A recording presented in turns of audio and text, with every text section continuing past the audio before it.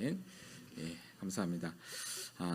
오늘 말씀 보겠습니다. 오늘 말씀은 사사기 13장 1절에서 5절까지의 말씀입니다. 제가 가진 성경 구약성경 384면에 있습니다. 구약성경 384면 사사기 13장 1절에서 5절까지의 말씀입니다. 사사기 13장에서 16장까지의 말씀을 다 볼 텐데요. 사사기 13장 1절에서 5절까지의 말씀 먼저 읽도록 하겠습니다. 제가 먼저 봉독합니다. 이스라엘 자손이 다시 여호와의 목전에 악을 행함으로 여호와께서 그들을 40년 동안 블레셋 사람의 손에 넘겨 주시니라. 소라 땅에 단지파의 가족 중에 마노아라 이름하는 자가 있더라.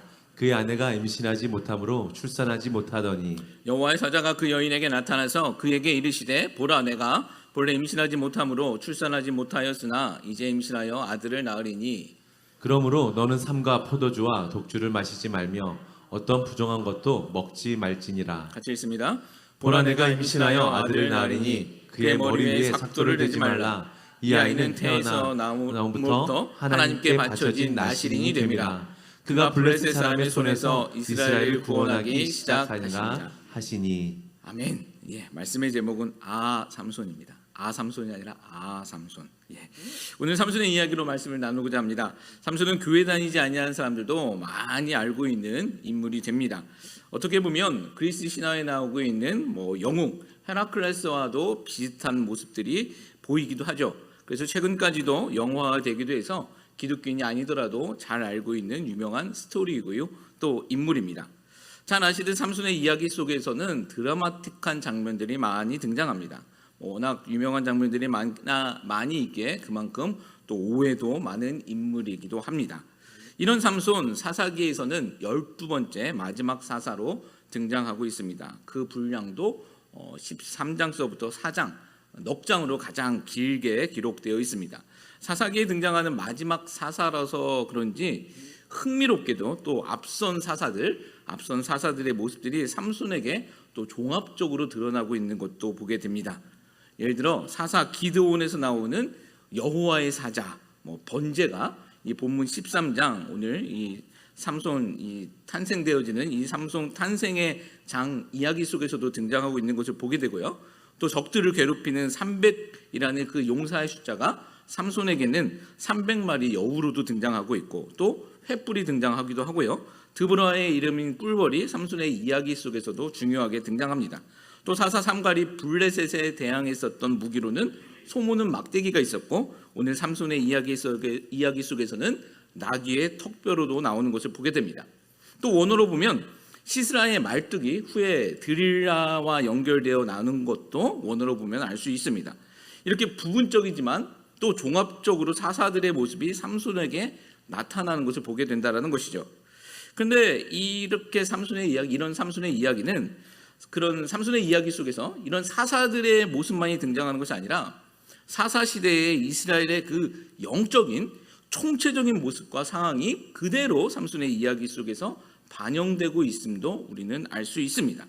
생각해 보십시오. 지금까지 사사 시대의 이스라엘의 모습이 긍정적입니까? 부정적입니까? 쭉 읽어보신 분들은 아시겠지만 긍정적인가요? 부정적인가요? 잘 생각해 보십시오. 사사는 무엇입니까? 사사 16 아니라고 그랬죠. 사사 16이 아니라 사사는 구원자입니다. 사사는 구원자. 구원자가 필요한 상황은 어떤 때일까요? 뭔가 문제가 있을 때입니다. 사사가 등장하는 것 자체가 이스라엘에게는 문제가 있었다라는 것입니다. 성경을 보면 선지자들이 등장할 시대가 있지 않습니까? 선지자들이 등장할 때도 이스라엘에 문제가 있을 때였습니다. 그렇죠? 이스라엘이 멸망할 때 하나님께서 선지자들을 집중적으로 보내시는 것을 보게 되어집니다. 문제가 있으니 보내시는 것이죠. 사사들이 등장하는 것 자체가 이스라엘의 모습은 긍정적인 것이 아니라 부정적인 모습으로 흘러가고 있다는 것을 증명하고 있는 것입니다. 그럴 때마다 하나님께서는 한 구원자를 세워주셔서 이스라엘을 보호하시는 것, 이것이 사사기의 주된 내용이 됩니다.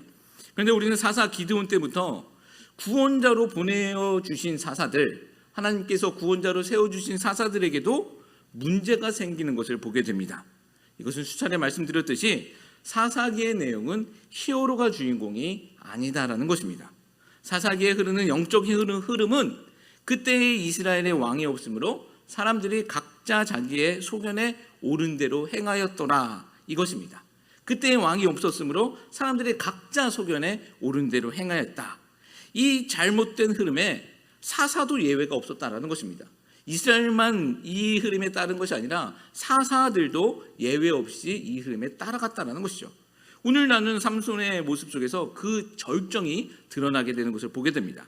자, 그렇다면 하나님이 세우신 구원자도 실수할 수 있다면, 실수한다면 우리에게는 과연 소망이 없는 것일까요? 그렇게도 질문해 볼 수 있겠죠. 그러나 그렇진 않습니다. 성경은 그렇게 메시지를 전하고 있지 않습니다. 사람 구원자는 실수하지만 우리에게는 완벽한 구원자, 온전한 사사가 있다라는 것이죠. 여러분, 그게 누구입니까? 바로 우리 하나님이시고 우리 주 예수 그리스도시다라는 것입니다. 성경은 그 구원자를 사모하며 소망하라라고 말씀하고 있는 것입니다. 오늘도 소망합니다.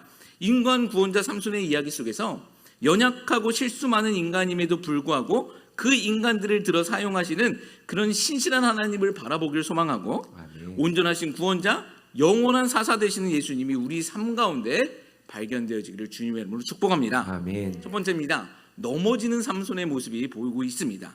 13장은 이렇게 시작합니다. 13장 1절 말씀입니다. 같이 읽습니다.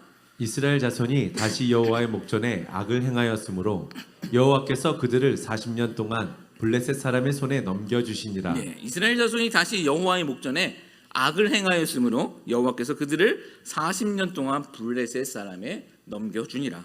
우리가 사사기를 읽으면서 많이 보았던 패턴입니다. 이번 대적은 블레셋입니다. 10장 입다의 이야기 속에서 하나님께서는 이스라엘을 암몬과 블레셋 손에 붙이셨다라고 기록하고 있습니다. 암몬 이야기는 입다에서 나왔고 블레셋의 문제는 오늘 이 삼손의 이야기 속에서 나오게 됩니다. 여기서 반복합니다. 잊지 말아야 할 것은 이스라엘에게 있어서 대적이 강해지는 이유는 그 대적에게 능력이 있어서가 아니라 이스라엘을 교정하시기 위해 하나님이 쓰시고 있기 때문이다라는 것이죠. 그 대적에 힘이 있는 것은 그 대적에게 능력이 있어서가 아니라 하나님께서 이스라엘을 교정하시기 위해 그 대적을 사용하시기 때문에 그들이 강해진다는 것입니다. 마찬가지입니다. 성도된 우리에게 문제가 있습니까? 그 안에 하나님의 뜻이 무엇인지를 아는 것이 가장 중요하다는 것입니다. 아멘. 여러분, 이것을 놓치면 노력은 노력대로 하지만 헛수고가 될 수 있다는 것입니다. 그렇게 생각해 보십시오. 내 문제를 남의 문제로 돌리면 이 문제는 해결될 가능성이 없다는 것입니다. 문제가 나한테 있는데 내 문제가 아니라 저 사람의 문제다라고 생각하면 그 문제가 해결될 수 없다는 것이죠. 여러분, 모든 상황 가운데서도 하나님의 뜻을 찾는 그 시선이 우리 가운데 넘쳐나길 소망합니다. 아멘. 그래야 문제가 풀릴 수 있다는 것입니다. 1절의 패턴은요, 읽어보면 이젠 뭐 놀랍지도 않습니다. 근데 이번 패턴은 지난번 여러 패턴과는 다릅니다. 무엇이 다릅니까? 바로 이스라엘이 부르짖질 않았다라는 것입니다. 블레셋의 그 40년 통치는 사사들의 그 대적들의 통치 기간 중에서 가장 긴 시간입니다. 근데 이스라엘은요, 하나님을 찾지 않습니다. 뭐 삼손 이야기 가운데서 이 그 백성들이 하나님을 찾았다라는 모습은 드러나지는 않습니다. 등장하지도 않습니다. 이따 보시겠지만 삼손을 잡으러 온 유다 자손들이 블레셋이 우리를 다스리는 것을 너 삼손 모르느냐라고 질문하는 장면이 나타납니다. 블레셋이 우리를 다스리고 있는 것을 네가 모르냐라고 삼손에게 따져 묻는다라는 것이죠. 여러분, 블레셋이 이스라엘을 다스리는 것이 당연화된 시대를 살아가고 있었던 것이 이 삼손 시대였다라는 것입니다. 참 한심한 시대이죠. 여러분, 생각해 보십시오. 이스라엘을 다스리는 분이 있더라면 그것이 누구십니까? 바로 하나님이십니다. 그런데 그들은 그것을 잊고 사는 것입니다. 그리고 그 하나님이 보내신 사사인 삼손에게 블레셋이 우리를 다스리고 있다라고 설명하고 있는 것입니다. 항거하고 있습니다. 삼손의 시대가 그런 시대였다라는 것이죠. 그러니 하나님께 부르짖지도 못하는 것입니다. 원인을 모르니 문제 해결 자체가 안 되어진다라는 것이죠. 자기들을 통치하는 것, 자기들을 다스리는 것이 블레셋이라고 생각하니 하나님을 찾지 못한다라는 것입니다. 자, 이스라엘이 하나님을 찾지도 않으니 그러면 이제 하나님은 가만히 계셔야 하는 것일까요? 그렇지 아니하시죠. 사람은 배반해도 하나님은 신실하신 분이십니다. 하나님은 임신하지 못하는 여인에게 나타나셔서 이런 말씀을 해 주십니다. 우리 13장 5절 말씀입니다. 우리 같이 읽습니다. 보라, 내가 임신하여 아들을 낳으리니 그의 머리 위에 삭도를 대지 말라. 이 아이는 태에서 나옴으로부터 하나님께 바쳐진 나실인이 됨이라. 그가 블레셋 사람의 손에서 이스라엘을 구원하기 시작하니라 하시니. 보라 내가 임신하여 아들을 낳으리니 그의 머리 위에 삭도를 대지 말라. 이 아이는 태에서 나옴으로부터 하나님께 바쳐진 나실인이 되므라. 그가 블레셋 사람 손에서 이스라엘을 무엇하기 시작하리라? 구원하기 시작하리라. 지금 이스라엘은 찾지도 않습니다. 부르짖지도 않는데 하나님께서 그 신실하신 약속을 하나님께서 이행하고 계시는 것입니다. 유명한 삼손의 수태고지이죠. 불임의 여인에게 아들을 낳을 것이다 라는 고지를 합니다. 그 아들은 나실인이 될 것이고 또 블레셋의 손에서 이스라엘을 구원할 구원자가 될 것이다 라고 선언해 주십니다. 삼손을 통한 하나님의 구원 계획을 발표하신 것이죠. 여기서 우리가 나실인에 대해서 좀 살펴봐야 하는데, 나실인은 바치다, 헌신하다라는 뜻을 가진 나자르라는 단어에서 파생된 말이고요. 말 그대로 인간이 하나님을 섬기기 위하여 헌신하는 제도입니다. 기간은요, 일정 기간이 될 수도 있고 또 평생이 될 수도 있습니다.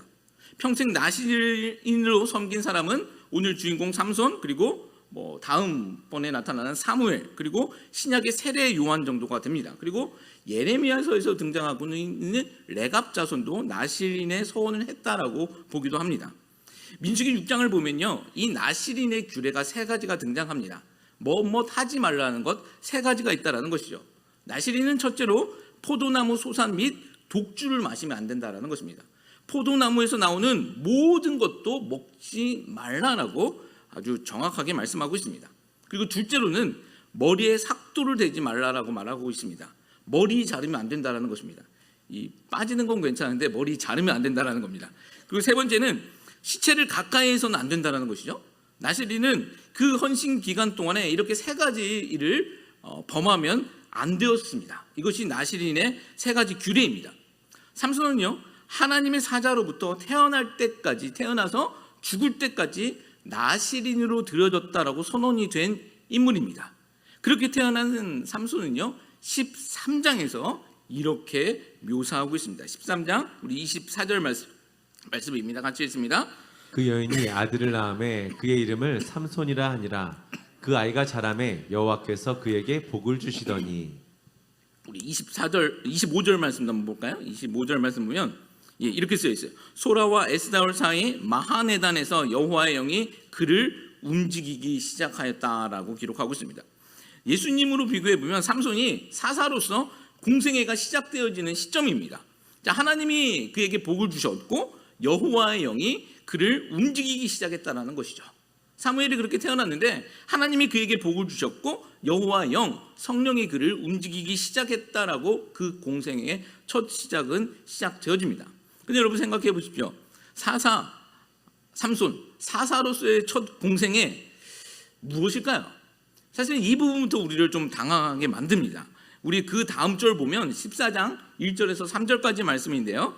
우리 한번 읽어볼까요? 같이 읽습니다. 삼손이 딥나에 내려가서 거기서 블레셋 사람의 딸들 중에서 한 여자를 보고 올라와서 자기 부모에게 말하여 이르되 내가 딥나에서 블레셋 사람의 딸들 중에서 한 여자를 보았사오니 이제 그를 맞이하여 내 아내로 삼게 하소서 하매 그의 부모가 그에게 이르되 내 형제들의 딸들 중에서나 내 백성 중에 어찌 여자가 없어서 내가 할례받지 아니한 블레셋 사람에게 가서 아내를 맞으려 하느냐 하니 삼손이 그의 아버지에게 이르되 내가 그 여자를 좋아하오니 나를 위하여 그 여자를 데려오소서 하니라. 내용은 이렇습니다. 삼손이 블레셋 여자와 결혼하겠다는 것입니다. 삼손이 사사로서 첫 임무를 수행해야 되는 그 시점에서 블레셋 여자와 결혼하겠다는 것입니다. 그리고 3절 말씀 보면 삼손은 내가 그 여자를 좋아하니 나를 위하여 그 여자를 데려오라라고 말하고 있습니다.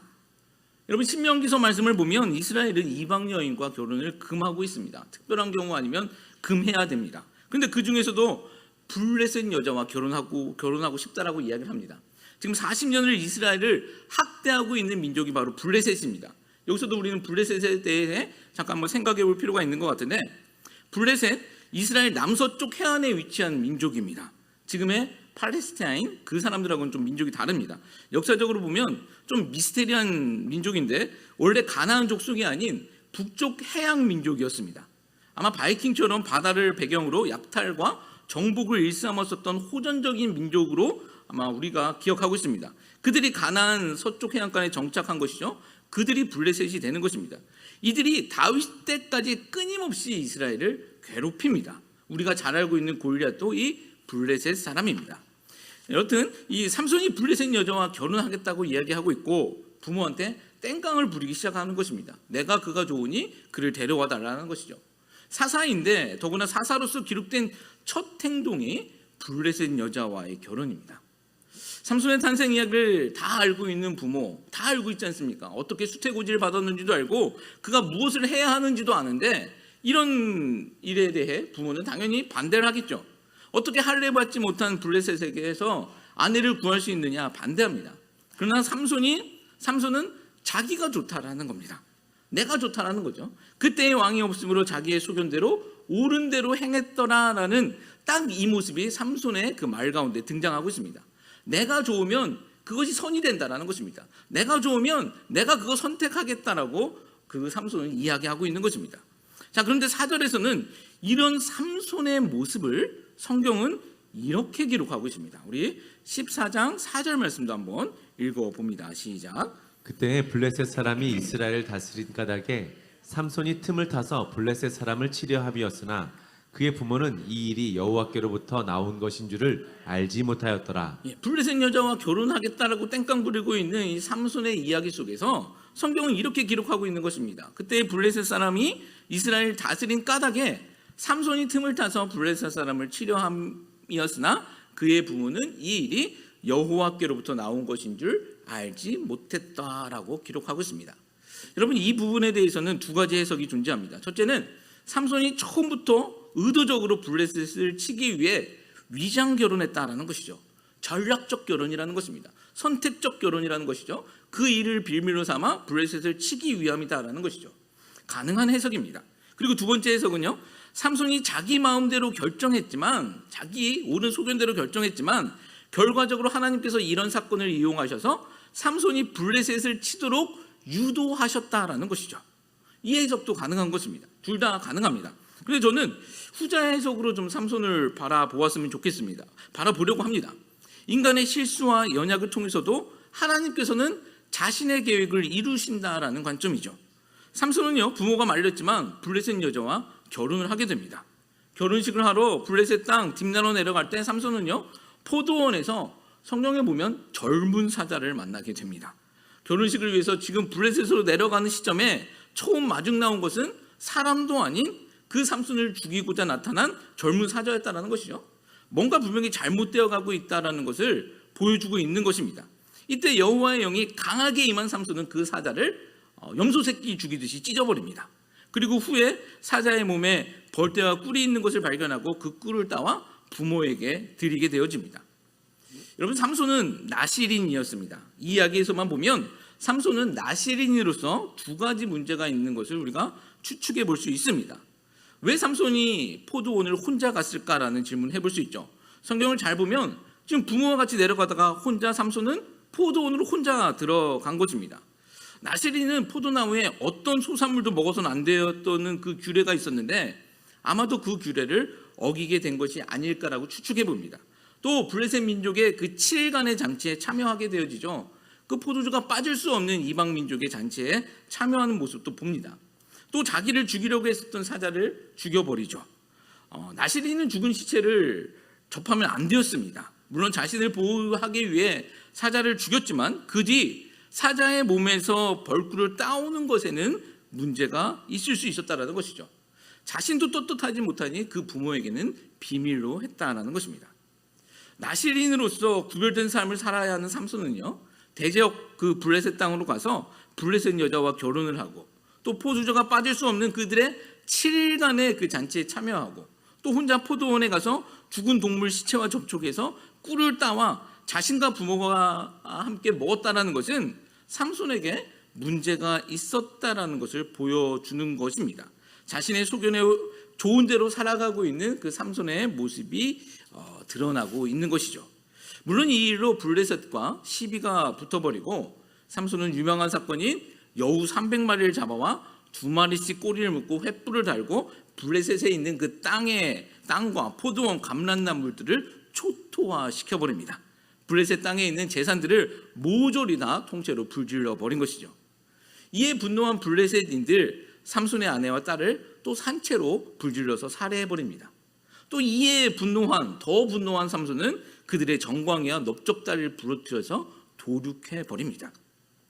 결과적으로 보면 하나님께서 도우셔서 블레셋을 처단하고 있는 것은 맞지만 그렇다고 해서 삼손이 의도한 것 같아 보이지는 않다라고 생각이 듭니다. 이후에도 삼손의 연약함은요, 성경 곳곳에 등장하고 있습니다. 16장에 보면 삼손에게 또 한 명의 여자가 생기죠. 14장 15장에서 한 명의 여인이 불에 타 죽고요, 부인이었던 여자가 죽게 되어지고 16장에서는 또 한 명의 여인이 등장하는데 그것이 16장 1절에서 3절까지의 내용이에요. 한번 읽어보겠습니다. 삼손이 가사에 가서 거기서 한 기생을 보고 그에게로 들어갔더니 가사 사람들에게 삼손이 왔다고 알려짐에 그들이 곧 그를 애워싸고 밤새도록 성문에 매복하고 밤새도록 조용히 하며 이르기를 새벽이 되거든 그를 죽이리라 하였더라. 삼손이 밤중까지 누워 있다가 그 밤중에 일어나서 문짝들과 두 문설주와 문빗장을 빼어 가지고 그것을 모두 어깨에 메고 헤브론 앞산 꼭대기로 가니라. 이번에는 이 블레셋 땅 가사에 있는 기생, 정확하게는 성경을 보면 창녀입니다. 창녀에게 찾아간 것입니다. 이번에는 삼손이 창녀에게 찾아갔습니다. 그리고 나시린으로서 또 사사로서의 모습은 없어져 보이죠. 그런데 재미있는 것은 이 개인적으로 삼손의 이야기 속에서 제가 가장 흥미롭게 생각되어지는 부분입니다. 삼손을 죽이려고 매복하고 있는 블레셋인들을 삼손은 통과해서 삼손이 그 가사성의 성문을 뜯어가지고 이스라엘 땅인 헤브론으로 가지고 올라가는 장면입니다. 여러분, 성문이에요. 이런 문은 아니고 성문입니다. 성을 상징하는 것이 성문입니다. 엄청나게 크겠죠. 성문만이 아니라 그 문설주, 문빗장까지 통째로 뜯어내어 헤브론으로 삼손이 이고 갔다라고 성경은 기록하고 있습니다. 여러분, 이 삼손이 무슨 생각으로 그랬을까요?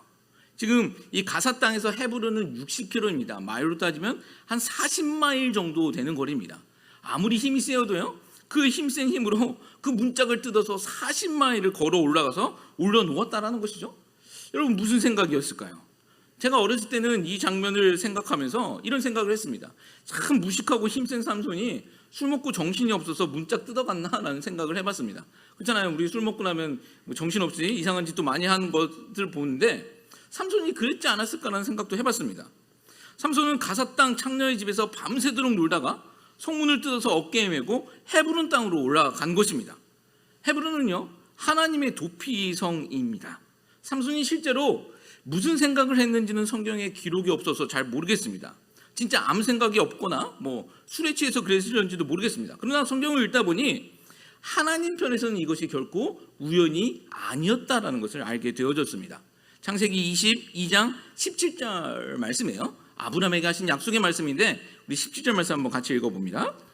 내가 내게 큰 복을 주고 내 씨가 크게 번성하여 하늘의 별과 같고 바닷가의 모래와 같게 하리니 내 씨가 그 대적의 성문을 차지하리라. 하나님이 아브라함에게 약속하신 약속의 내용입니다. 내가 내게 큰 복을 주고 내 씨가 크게 번성하여 하늘의 별과 같고 바닷가의 모래와 같게 하리니 내 씨가 그 대적의 성문을 차지하리라. 아브라함에게 약속하신 말씀이에요. 후반부 보십시오.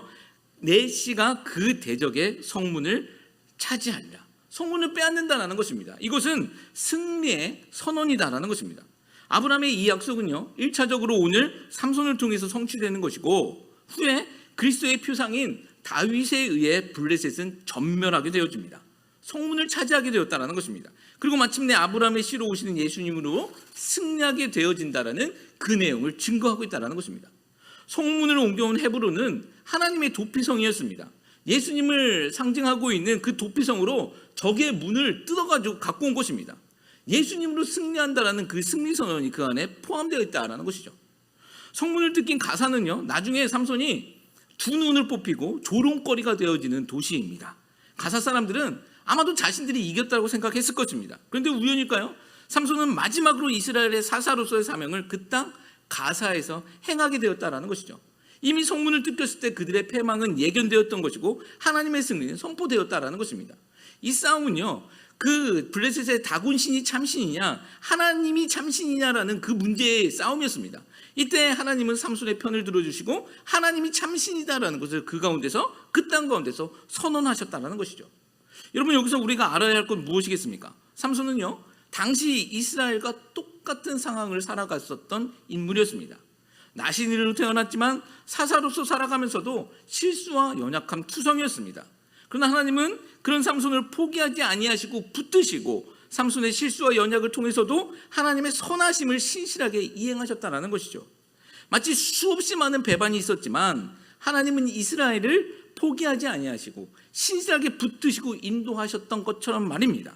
우리도 똑같습니다. 소망합니다. 오늘 우리가 성도로서 살 수 있는 것은 하나님께서 포기하지 아니하시고 우리를 붙들고 계시기 때문이라는 사실을 잊지 마시기 바랍니다. 아멘. 우리를 보면 소망은 없지만요, 지금 이 시간도 나를 붙드시는 하나님 바라보며 소망 가지고 살아갈 수 있는 저와 여러분 되시기를 주님의 이름으로 축복합니다. 아멘. 두 번째입니다. 배반당하는 삼손의 모습이 오늘 그 모습 가운데는 있습니다. 삼손은 꾸준히 블레셋과 마찰이 생기고 의도했든 의도하지 않았든 간에 블레셋을 대적하며 살아가고 있었습니다. 온전하진 않지만 하나님께서는 삼손을 들어서 이스라엘의 구원자 역할을 감당하게 하고 계셨던 것이죠. 아까도 말씀드렸던 사건이 있었습니다. 삼손의 그 첫 번째 여자인 딥나 여인과의 결혼, 그 결혼은 비극으로 끝이 나고 삼손은 그 블레셋인들을 도륙해버립니다. 블레셋 땅의 그 작물을 여우 300마리로 모두 다 송두리째 태워버리고 블레셋인들까지 죽여버렸으니 이제 블레셋도 가만히 있지 않는 것입니다. 당시는 블레셋이 40년간 이스라엘을 통치하고 있었던 그런 시대입니다. 힘도 있었고 막강한 권력도 있었습니다. 가만히 있을 수 있지 않았겠죠. 군대도 아니고 아무리 힘이 세지만 삼손은 혼자입니다. 그를 잡으러 올라옵니다. 삼손은 이 일이 있은 후 유다 지파 땅 에담이라는 곳 바위 틈에 숨어 있었습니다. 이스라엘의 가장 큰 지파가 바로 유다 지파이기 때문에 아마도 삼손은 그 유다 지파 땅으로 숨어들면서 유다 지파의 도움을 바랬을 수도 있을 것 같습니다. 아마 바랬었던 것 같습니다. 삼손이 그곳에 숨어 있다는 소식이 블레셋에게 전해지고 블레셋이 유다 지파 땅에 찾아와 진을 칩니다. 일제 강점기로 보면 이제 일본에 대항한 독립군이 숨어 들어온 것입니다. 우리 동네로 숨어 들어온 것입니다. 그 지역 사람들은 어떻게 해야 하는 것이 맞을까요? 어떻게든지 숨겨줘야 하겠죠. 근데 지금 유다 지파의 반응은 우리 생각과는 전혀 다릅니다. 우리 사사기 15장 우리 11절 말씀 읽어봅니다. 유다 사람 3,000명이 에담 바위 틈에 내려가서 삼손에게 이르되 너는 블레셋 사람이 우리를 다스리는 줄을 알지 못하느냐? 내가 어찌하여 우리에게 이같이 행하였느냐 하니 삼손이 그들에게 이르되 그들이 내게 행한 대로 나도 그들에게 행하였노라 하니라. 자, 유다 지파 자손들이에요. 딴 사람들이 아니고 유다 지파 자손들이 삼손을 찾아와서 항의하는 것입니다. 블레셋 사람이 우리를 다스리고 있는지 모르느냐. 서두에도 말씀드렸습니다. 누가 이스라엘 다스리는 것입니다. 다스리는 것입니까? 하나님이 다스린다라는 것이죠. 애굽에서 나올 때부터 광야 40년 그리고 가나안 땅에 들어와 살기까지 모든 것이 하나님의 은혜이고 하나님의 다스림으로 인해 이루어질 수 있었던 것입니다. 근데 지금 이스라엘은 블레셋이 자기들을 다스리고 있다는 것이죠. 여러분 얼마나 비참한 것입니까?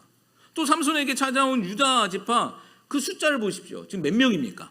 3명입니까? 300명인가요? 3,000명입니다.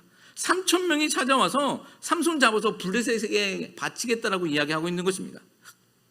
여러분 이 사건의 끝이 어떻게 됩니까? 삼손은 유다 사람들하고 싸우지 않고 순순히 잡혀가 진을 치고 있는 블레셋에게 혈혈단신으로 나가게 됩니다. 그리고 그들과 대항하게 되죠. 그때 무기도 없었습니다. 삼손 뒤에는 3,000명이라는 유다 지파의 사람들이 있었는데 그들은 돕지 않습니다. 그들의 도움 하나 없이 성경에 보면 삼손은 나귀턱뼈 하나 가지고 그 나귀턱뼈 하나 주워가지고 싸웁니다. 이때 블레셋 1,000명이 죽게 되었다라고 성경은 기록하고 있습니다. 나귀턱뼈, 뭐 우리말로 보면 갯뼈다귀 같은 거, 그리고 흔한 거 하나 주워가지고 1,000명하고 싸워가지고 1,000명을 죽여버린 것입니다. 돕지도 않습니다. 3,000명이라는 숫자가 있었지만 돕지도 않습니다. 여러분 생각해 보십시오. 이게 얼마나 치사한 것입니까? 삼손 혼자 1,000명을 해치웠습니다. 유다 지파 3,000명 뒤에 있었지만 뒷짐지고 있는 것입니다. 3,000명이면 블레셋과 대항하여 싸울 법도 하는데 그들이 한 행동은 삼손 잡아가지고 블레셋에게 바치는 것밖에 없었다는 것입니다. 물론 이 사건도 인간들의 치졸함에도 불구하고 하나님께서는 자신의 계획대로 그 블레셋을 치고 이끄셨던 사건으로 결론이 나게 됩니다. 여기서 우리가 생각해 보아야 할 것은 우리의 모습입니다. 우리가 성도인 줄 믿습니다. 그죠? 우리는 성도입니다. 우리가 잊지 말아야 할 것은 성도를 다스리는 분은 오직 하나님 한 분뿐이시다라는 것이죠. 아멘. 혹시 우리가 성도라는 이름을 가지고 있지만 세상이 우리를 다스리고 있는 것은 아닌지 생각해보자라는 것입니다. 우리는 세상 속에서 살아가고 있지만 하나님의 말씀과 하나님의 뜻으로 살아가야 한다는 것입니다. 세상이 우리를 다스리게 해서는 안 된다는 것이죠.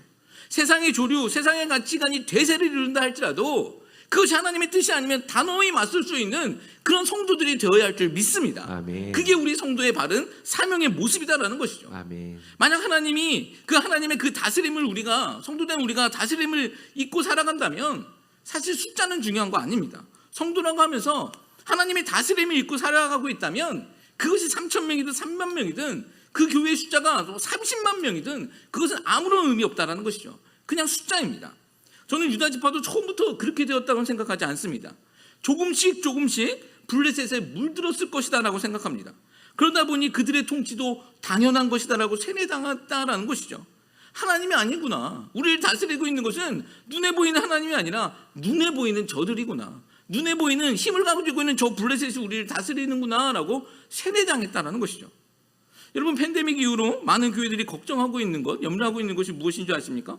성도들이 다시 예배의 자리로 돌아오지 못할까 하는 염려입니다. 만약 온라인 예배가 단지 편하다는 이유만으로 그 온라인 예배만을 고집한다면 우리는 어쩌면 세상 가치관에 물들고 있는 것일 수도 있다는 것입니다. 이거 처음에는 별거 아닌 것 같아 보이지만 그 결과는 아주 우리를 무겁게 짓누를 수도 있다는 사실을 우리는 기억해야 한다는 것이죠. 여러분, 예배는요 우리가 편하게 드릴 수 있는 것이 아닙니다. 만약 예배가 우리를 위한 서비스라면 편하게 드려도 됩니다. 우리를 위한 서비스가 예배라면 편하게 드려도 되죠. 고객 만족, 그렇죠? 얼마든지 서비스 받으면서 있으면 되는 것입니다. 그러나 예배는 우리가 하나님께 드리는 것입니다. 하나님께서 예배를 받으신다라는 것입니다. 아멘. 내가 내 만족을 찾는 것이 아니라 하나님이 우리 예배를 받으셔야 한다라는 것이죠. 아멘. 하나님의 다스림이 있어야 하는 것이 예배다라는 것입니다. 아멘. 우리의 만족이 아니라 우리의 서비스가 아니라 하나님의 다스림, 하나님의 만족이 있어야 그 예배는 성공되어진다는 것입니다. 아멘. 여러분, 소망합니다. 하나님의 뜻과 하나님의 다스림을 인정하며 살아갈 수 있는 우리들이 되길 주님의 이름으로 축복합니다. 아멘. 우리를 다스리는 것은요 세상이 아닙니다. 편리함이 아닙니다. 어떤 이익도 아닙니다. 하나님 우리 인생의 왕이심을 인정하며 살아갈 수 있는 그런 하나님의 거룩한 백성들 되시기를 주님의 이름으로 축복합니다. 아멘. 삼손은요 16장을 보면 드릴라라는 여인에게 배신을 당하는 모습도 한번 또 보게 되어집니다. 성경을 보면 삼손은 진짜로 그 드릴라라는 여자를 사랑했던 것 같습니다. 그러나 드릴라에게는 그 사랑이 진실된 게 아니었죠. 삼손에게는 3명의 여자가 있었는데 앞에 2명의 여자의 이름도 없습니다. 그런데 세 번째 여자는 드릴라라는 이름이 등장하고 있죠. 이 드릴라라는 이름의 뜻에는 어두움이라는 뜻을 갖고 있습니다. 삼손의 이름의 뜻은 작은 태양이라는 뜻이 있습니다. 성경에는요 종종 이런 워드플레이가 등장하고 있는데 삼손과 드릴라는 태양과 어두움이라는 뜻을 갖고 있습니다. 태양은 어두움을 물리쳐야 하는데 삼손의 이야기 속에서는 그 어두움이 태양을 삼켜버린 것입니다. 드릴라는 은천100개, 지금으로 따지면 한 20년치 품삯이라고 합니다. 20년치 연봉, 한 1년을 5만 불이라고 하면 20년치면 100만 불이죠. 100만 불을 위해 삼손을 철저하게 이용하는 모습을 보게 됩니다. 사사기 16장 18절 말씀 보십시오. 우리 사사기 16장 18절 말씀입니다. 드릴라가 삼손이 진심을 다 알려주므로 사람을 보내어 블레셋 사람의 방백들을 불러 이르되 삼손이 내게 진심을 알려주었으니 이제 한 번만 올라오라 하니 블레셋 방백들이 손에 은을 가지고 그 여인에게로 올라오니라. 이제 삼손은 드릴라를 사랑해서 자신이 나시린이고 머리를 자르지 말아야 할 것이라는 것을 말해버립니다. 여기서 핵심은 삼손의 힘이 머리카락에 있다라는 것을 말하는 것이 아닙니다. 그가 나시린이고 머리카락을 자른다라는 것은 그 나시린임을 포기하는 것이다라는 것에 중점을 두고 봐야 된다는 것입니다. 서원했던 것이 무너지고 있는 것입니다. 서원했던 것이 취소되고 있는 상황이다라는 것입니다. 여하튼요 삼손은 그 드릴라를 사랑했지만 드릴라는 철저하게 삼손을 이용해버립니다. 돈 100만 불 얼마든지 가능한 이야기일 것 같아요. 여기서 알아야 할 건 성도가요 세상에 맘 주고 정 주어 맞자 돌아오는 것은 손해다라는 것이죠. 맘 주고 정 주고 사랑도 유행가 가사네요. 그 유행가 가사는 얄미운 사람으로 끝나지만 이 얄미운 사람 정도가 아니라 세상은요, 목적을 달성해 버리면 그냥 걷어차 버린다라는 것입니다.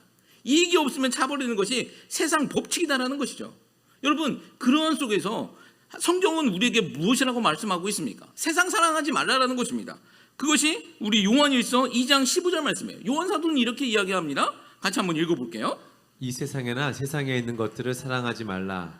누구든지 세상을 사랑하면 아버지의 사랑이 그 안에 있지 아니하니 이는 세상에 있는 모든 것이 육신의 정욕과 안목의 정욕과 이생의 자랑이니 다 아버지께로부터 온 것이 아니요 세상으로부터 온 것이라. 이 세상도 그 정욕도 지나가되 오직 하나님의 뜻을 행하는 자는 영원히 거하느니라. 삼손은 세상을 사랑한 것입니다. 세상이나 세상에 있는 것들을 사랑하지 말라라고 성경은 이야기합니다. 누구든지 세상을 사랑하면 아버지의 사랑이 그 안에 있지 않다라는 것이죠. 이는 세상에 있는 모든 것이 육신의 정욕과 안목의 정욕과 이생의 자랑이니 다 아버지께로 온 것이 아니요 세상으로부터 온 것이다. 17절, 이 세상도 그 정욕도 지나가되, 세상도 지나가고 그 세상을 살아가는 정욕도 지나가지만 오직 하나님의 뜻을 행하는 자는 영원히 거한다라고 말씀하고 있습니다. 여러분, 소망합니다. 정말 이 말씀이 우리 가운데 실제가 되어지길 소망합니다. 아멘. 하나님의 뜻을 행하는 자는 영원히 거한다.